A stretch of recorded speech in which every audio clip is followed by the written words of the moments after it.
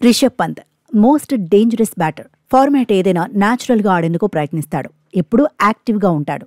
Test క్రికెట్ను ఇలా కూడా ఆడొచ్చు అనుకునేలా ఎన్నో మధురమైన ఇన్నింగ్స్ ఆడాడు. ప్రత్యర్థి బౌలర్లను భయపెట్టిన సందర్భాలు ఉన్నాయి. వైట్ బాల్ ఫార్మాట్లోనూ రిషబ్ పంత్ ప్రత్యేకమే. ఈసారి బోర్డర్ గవాస్కర్ ట్రోఫీలోనూ ఓకే అనిపించుకున్నాడు.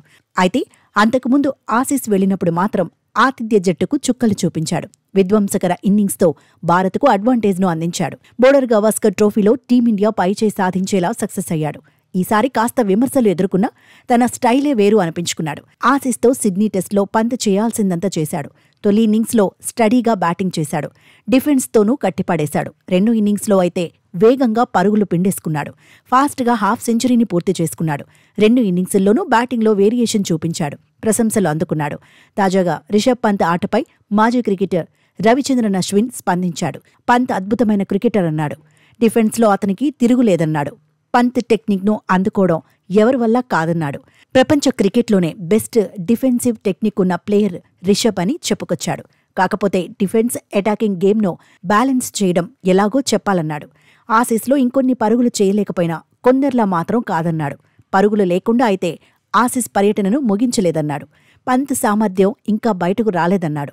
హై రిస్క్ షాట్లు ఆడటంలో రిషబ్ ముందే ఉంటాడన్నాడు.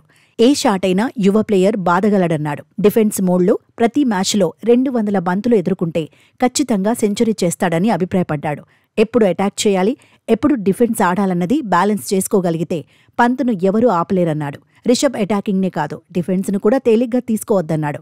తనకు తెలిసి చాలా తక్కువ సందర్భాల్లోనే డిఫెన్స్ ఆడుతూ అవుట్ అయ్యాడని చెప్పుకొచ్చాడు. ఎంతోసేపు బౌలర్ బౌలింగ్ చేసినా పంత్ కూలుగా ఆడేస్తాడన్నాడు. పంత్ 10 బాల్స్ను డిఫెన్స్ ఆడుతూ ఒక్కసారి అవుట్ అయినట్టు చూపించినా తన పేరును మార్చుకుంటానన్నాడు. మొత్తంగా పంత్ డిఫెన్స్ సూపర్ అని చెప్పేశాడు. టీమిండియాకు కీలక ఆటగాడని కితాబిచ్చాడు. బోర్డర్ గవాస్కర్ ట్రోఫీలో పంత్ 5 మ్యాచ్ల్లో బరిలో దిగాడు. 9 ఇన్నింగ్స్ల్లో బ్యాటింగ్ చేశాడు. 255 పరుగులు సాధించాడు. 28.33 యావరేజ్ నమోదు చేశాడు. అద్భుతమైన హాఫ్ సెంచరీని ఖాతాలో వేసుకున్నాడు.